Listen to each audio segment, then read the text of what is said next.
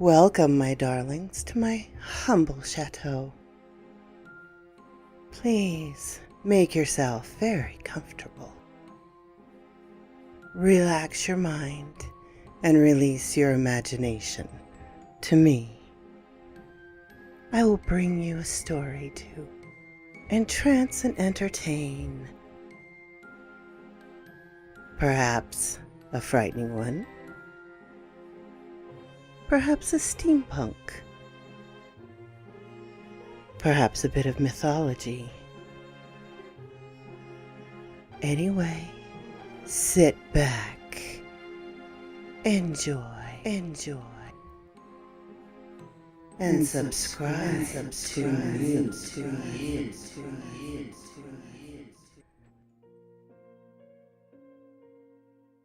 My Little Lily by EvilPink Monkey.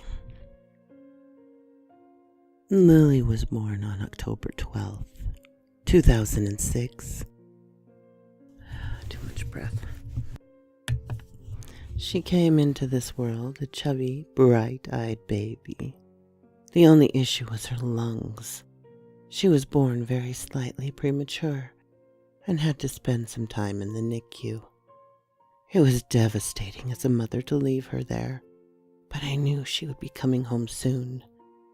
I visited her every day for 2 weeks she was in the hospital.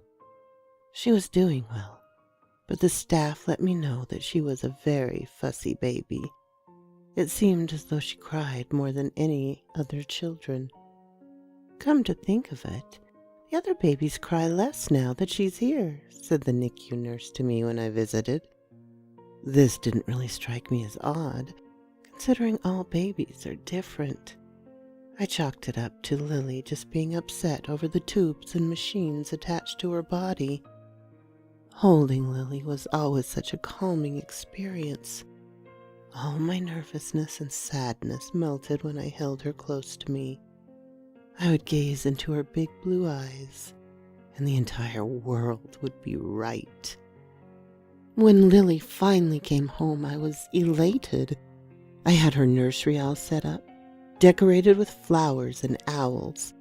Most of her clothing was yellow, and it was all folded neatly in her drawers. It warmed my heart to lie her down on her crib for the first time. I shed a tear as I watched her sleep. My little Lily. As time went on, I noticed that Lily did seem to cry more often than not. I took her to many doctors, but she always checked out fine. The diagnosis was always colic. No one could explain her cries any other way.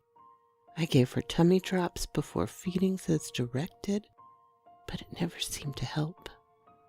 I always found that Lily seemed to focus on people more than most babies. I figured that was just me being a proud mother. Everybody thinks their baby is the best. When Lily started school, I walked her into the classroom. She was dressed in a bright yellow dress, as it had become her favorite color. Her chubby little hands wrapped inside mine. She was such a big girl. I couldn't even believe it. I cried tears of joy as well as sadness as she went into the classroom. A few weeks later, I got a phone call from her teacher. She requested we have a face-to-face meeting to discuss an issue with Lily. I agreed, but was rather puzzled by this. My Lily? Surely she hadn't done anything wrong. I met with the teacher later that day. I shook her hand and sat down in the tiny little pre-K chairs.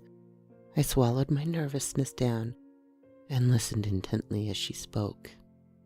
We began to draw pictures in class earlier this week, she said, as she pulled out a stack of white papers. She handed me a picture and asked me to inspect it. I looked down at the picture and gasped. It was a crudely drawn car with a person inside. The person had little X's over their eyes that would have been almost comical in any other situation. The car had driven into a tree. Speechless, I looked at the teacher. Lily drew this. When I asked her about it, she told me she was helping them. She shook her head and continued, I've seen a lot of things in my 10 years of teaching, but this is a new one. We continued to talk a few more minutes, and I assured her that I would discuss it with Lily. Maybe it was just a movie she'd seen, but I'd keep really close tabs on what she watches. When I arrived home, Lily greeted me at the door.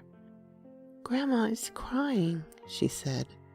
I rushed into the house and to my mother. She was sitting at the dining room table with her head in her hands. I walked over to her, my heart racing. Mom, what is it? I whispered. I couldn't seem to find my voice. She looked up at me with tears in her eyes, but a smile on her face. Your father was in an accident today. He's okay, but it could have been much worse. I wrapped her in a hug and cried with her. We went to the hospital to see my father. He had a broken arm as well as some contusions, but he was okay otherwise. It's a miracle I'm alive, he said. The other driver apparently blacked out while driving and ran me off the road. I hugged my dad and sighed in relief. He was hurt, but he was alive. He looked up at me with tears in his eyes. I was headed straight towards a tree, but then I felt the wheel jerk. I just missed it by a few inches. I stared down at my dad, shocked by his story. I looked over at Lily to see she had a tiny little smile on her face. Life continued as normal as possible for a while, other than the random drawings I'd find in her room. She never drew a picture like that again at school, but she had a sketchbook full of pictures portraying gruesome scenes of death. The pictures always seemed to coincide with some event that took place surrounding us. Car accidents, heart attacks, random illnesses, death everywhere I looked. I took her to many therapists over the years, but she always told them she was just trying to help. The therapists were baffled, as Lily seemed to be a completely normal little girl otherwise. She never explained further on how she was helping people. I tried to be supportive and not pry. When I would, she would just look at me with that little smile and tell me she was just helping them. Lily seemed to stay tired all the time, but again, doctors never seemed to find any reason for this. They suggested that she increase her fluid intake, try to get more sleep. Typical doctor stuff. Then the bruises appeared. She tried to hide them, but I saw them peeking out from under her clothes sometimes. When questioned about them, she would always tell me that she didn't know, or she had bumped into something. Again, doctors were baffled. They ran blood tests, but all her blood work came back perfectly fine. They suggested she take a multivitamin with an iron supplement. It didn't help. May 1st, 2018 is when my life changed forever. Lily woke up for school and seemed far more sluggish than normal. I asked her if she slept well, and she nodded yes. I checked her temperature, but it was fine. Do you want to stay home from school today? I asked her gently. No, I'm fine, Mommy. She kissed me on the cheek and flashed her little smile. I love you, Mommy.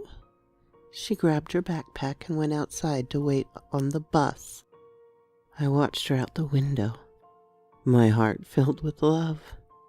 She turned around and locked eyes with me through the window. Her eyes seemed so sad, but she just smiled that little smile and waved.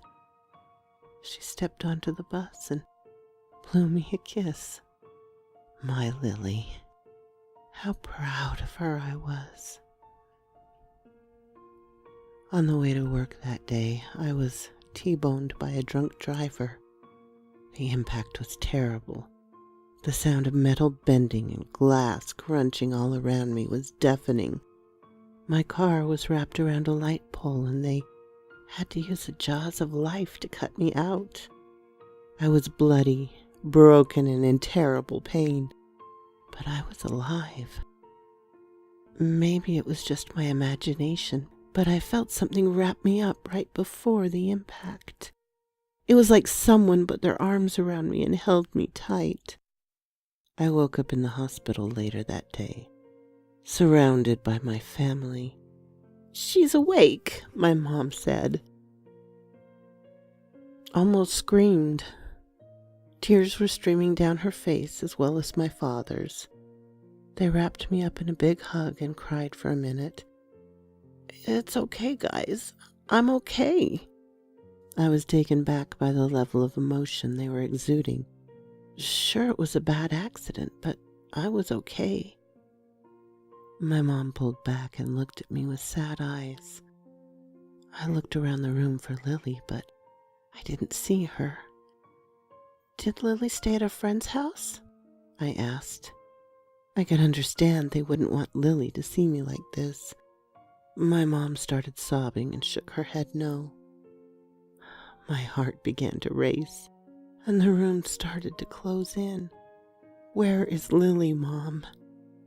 My dad took my hand and looked at me with eyes so full of sadness it was almost maddening.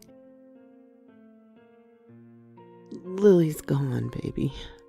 She collapsed at school today." I stared at him, my heart pounding painfully in my chest. "What do you mean gone?" My father choked back a sob. "She is dead, baby. The doctors can't explain what happened." The sound in the room seemed to stop. I don't recall much after that, other than the body-wrenching sobs that escaped me. Time stopped. Everything stopped. The next day I went to the funeral home. The feeling was surreal. Not my Lily. Not my Lily. The funeral director was very kind and helped me through the process. When we concluded all the paperwork, he handed me a piece of paper. "We found this in her pocket," he said softly. I opened the piece of white paper and gasped. I felt my heartbeat in my throat. It was a drawing. There was a car in front of a light pole. The driver was bloody, but surrounding them was a yellow light. Tears streamed down my cheeks as I finally realized what Lily had meant all these years. She really was helping all those people. After so many years of taking their death, she couldn't handle anymore. She had died protecting me. My little Lily.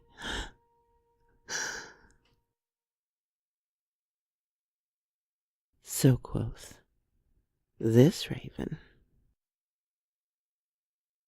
This one was a bit of a tearjerker, my darlings. I hope you enjoyed it. And if you did, please give EvilPink Monkey a look on Reddit. Give me a like. Subscribe if you haven't done so, and ring the little bell so you know when to come up and see me. If you want to share, I would deeply appreciate it. And if you leave me a comment, I will do my very best to comment back. I love talking with my subscribers. And I will see you next time, my darlings.